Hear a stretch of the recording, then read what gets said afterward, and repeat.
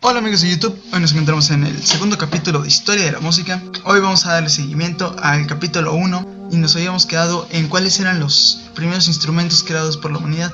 Bueno, pues nuestros ancestros habían habían realizado como instrumentos el cuerpo humano usando la voz y la percusión del cuerpo. Más adelante, debido al arte de los huesos que tenían, a la forma en que ellos hacían sus lanzas y todo, fue que más adelante se desarrolló la flauta de hueso, que fue el primer instrumento creado por la humanidad. Que la flauta de hueso más antigua de la que tenemos registro data de aproximadamente 60.000 años de antigüedad, que eso es bastante, y estamos hablando del hombre neandertal, ni siquiera del Homo sapiens, que ya podemos decir que está desarrollando más su intelecto, está desarrollando más el conocimiento por la vida, cómo funcionan las cosas, y podemos creerle que creó la flauta de hueso, pero no es cierto, la creó el neandertal desde mucho antes, creándola con el marfil de los colmillos de los mamuts, con los huesos de los animales que cazaba, osos o cualquier animal que cazara. Y encontramos que tenían una forma muy peculiar de hacerlo. Tenían el hueso con 4 orificios en la parte de arriba en línea recta, el agujero para soplar, y en la parte del costado tenían un agujero extra. O sea, eran en total 5 agujeros y en verdad muy bien hechos. Los científicos dan como hipótesis que pueden ser hechos esas flautas, por la primera flauta pudo haber hecho nada más por acto del humano de querer romper el hueso, pero la verdad es demasiada coincidencia y solo muy pocos científicos escépticos son los que afirman esa hipótesis, porque es demasiada coincidencia que puedas hacer 4 agujeros en línea recta y un agujero en el costado como tenemos las flautas de hoy en día. Pero bueno, más adelante se crearon los instrumentos de percusión, pero eso no fue hasta que conocieron el secado y curtido de las pieles, que fue que empezaron a tensar las pieles, amarrándolas en los costados en cajas, ya sean de madera o de cualquier otro material, para poder crear sonidos a la hora de pegarle. Y esto también lo realizaban los neandertales y los Homo sapiens. Incluso tenemos registros de estas danzas que hacían con los instrumentos en cuevas como en pinturas rupestres. Y estos instrumentos se dieron cuenta que mientras más grandes los hacían, más sonoridad tenían y más grave era el instrumento. Igual con los instrumentos de viento, que eran las flautas. Mientras más largo era el tubo o el hueso para soplar, un sonido más agradable daba. En cambio, cuando eran instrumentos más pequeños o de un tubo más angosto, solían tener eso que te hace poner de nervios, esa intensidad. Más adelante conocemos que las primeras escritura musical, independientemente de las pinturas rupestres, la primera escritura musical literal que dijeron voy a escribir esta canción, data aproximadamente de 3.400 años, y hablamos de el himno sumerio y el himno Ugarit, que fueron escritos en tablas de piedra. Ahorita más adelante les voy a poner un fragmento del himno sumerio.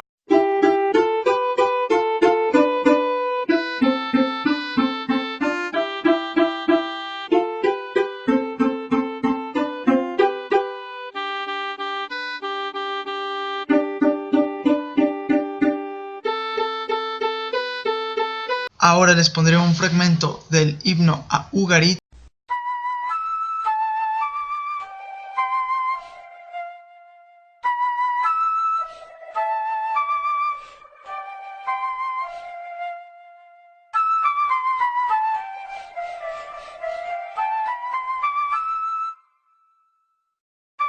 Y como se dan cuenta, en realidad no tenemos conocimiento de qué instrumentos usaban más que por las pinturas que tenemos de ellos o por los registros que ellos han datado, que podemos ver los instrumentos que usaban. Incluso los egipcios tienen pinturas en las que se muestran usando instrumentos de percusión e instrumentos de cuerda, así como instrumentos de viento.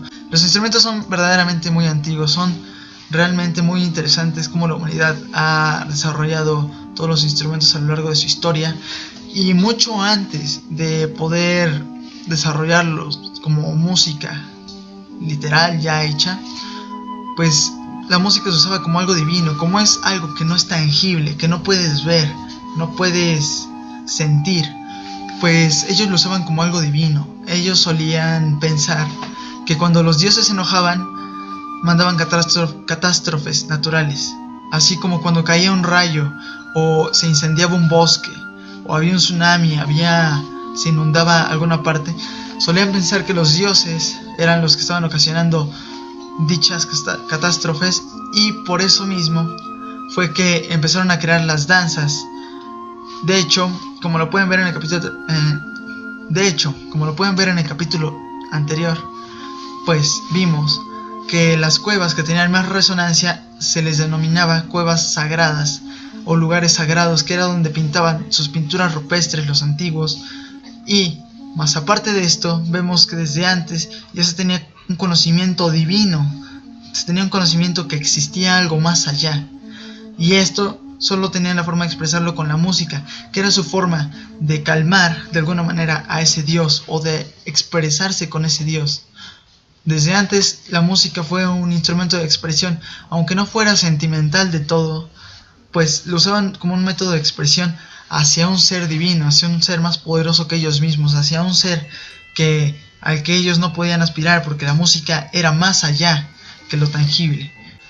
Con esto encontramos que el hombre poco a poco se fue haciendo de conocimientos básicos y más complejos acerca de la acústica, acerca de la resonancia del sonido, para más adelante empezar a crear instrumentos con una complejidad mayor. Y cada vez empezaron a crear instrumentos más complicados para poder crear más sonidos. Tiempo después ya vemos que empiezan a llegar todas las épocas: clásica, renacimiento, barroco, el romanticismo. Pero después de las primeras dataciones musicales que tenemos registro, que como dije eran los himnos sumerios y el himno ugarit, fue que se empezó a desarrollar la música como algo más allá, que se empezaron a crear instrumentos para la guerra, instrumentos para sí mismo, como lo hacían los griegos, instrumentos que te ayudaban a liberarte de ti mismo, que eran instrumentos ya entraban en lo sentimental. Pero lo sentimental no se desarrolló concretamente, sino hasta el romanticismo. Pero antes de esto fue que la iglesia intervino. Al ver que la población se movía con la música, que le agradaban estas personas que estuvieran cantando en las calles, ya fueran juglares, trovadores o quien fuera, pues en realidad la iglesia se aprovechó de eso para empezar a invertir en la música, para poder crear música eclesiástica y que las personas empezaran a ir más recurrentemente a la iglesia, a ese santuario, pero lo usaron como un método para aprovecharse de las personas, aprovecharse de su bondad y de la música. Pero en cierto modo estuvo bien, porque si no fuera por ellos no se habría desarrollado de esta manera lo que es la música y no la conoceríamos como es hoy en día. Y es bastante interesante cómo la iglesia, al invertir tanto dinero, empieza a desarrollar lo que es el tetragrama, que al tener la necesidad de escribir sus piezas, todo lo que componía, le pagaba a compositores para que pudieran escribir toda la música que ellos componían, pues todo esto se escribía en tetragrama. Antes no existía el pentagrama, existía el tetragrama, que consta de 4 líneas, y se escribían neumas. En vez de escribirse las notas que conocemos normalmente, que son redondas con la plica, pues se escribían neumas, que los neumas son notas cuadradas que tienen una cierta cualidad al escribirse. Era muy complicado de leerlas, porque los neumas, si era una sola nota, podía estar escrita y se unían por una pequeña línea al otro cuadrado, porque eran cuadraditos. Pero fue más adelante que los italianos dijeron que los humanos podían leer hasta 5 líneas sin perderse, y que le agregaron la 5ª línea y se convirtió en el pentagrama. Pero el primero en desarrollar las notas musicales fue con una obra llamada El himno a San Juan. Y Guido de Arezzo lo que hizo es tomar las primeras letras de los versos del himno a San Juan y de ahí sacar lo que son ahora las notas. Pero no sacó el si, solo sacó ut, re, mi, fa, sol y la. Y ut es do, pero más adelante se cambió a do porque el ut, que era el original do, pues era muy difícil para pronunciar para los cantantes, que en realidad era lo que más prosperaba en la iglesia, el coro que tenían. En realidad músicos de instrumentos, instrumentistas no había tanto, era mucho órgano y mucho coro. Pero como era muy difícil decir ut, prefirieron cambiarlo a algo más sencillo, que fue el do. Y el si se fue creando poco a poco, pero salió, o se tiene la hipótesis de que salió de himno a San Johannes. S de San y Johannes se escribía la J parecida a la I. Así que si juntamos la S y la I da si, que fue más adelante que lo descubrieron. Pero eso solo es una hipótesis, en realidad no se tiene certeza de dónde salió. Un pedazo del himno para que lo escuchen.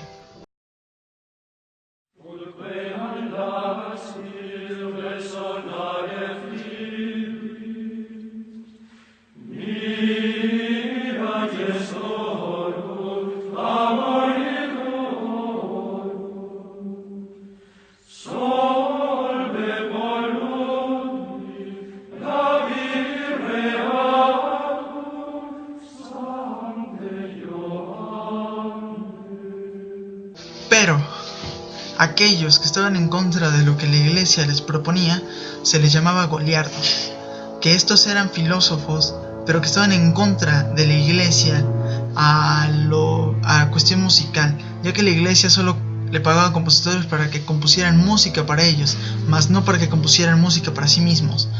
Y estas personas, los goliardos, fueron los que se salieron de la iglesia. Estos filósofos se salieron de la iglesia para hacer música por ellos mismos, al igual que los juglares, que eran músicos que cantaban en la calle cualquier cosa y para hacer reír a las personas. Los trovadores, que hablaban de amores platónicos y cosas de nobleza. Y los ministriles, que los ministriles eran como los patrocinadores de los trovadores. Y esto está muy interesante, pero aquí ya entramos en otra época y esto lo dejaremos para el próximo capítulo. Bueno amigos, esto ha sido todo. Espero que les haya gustado bastante el video.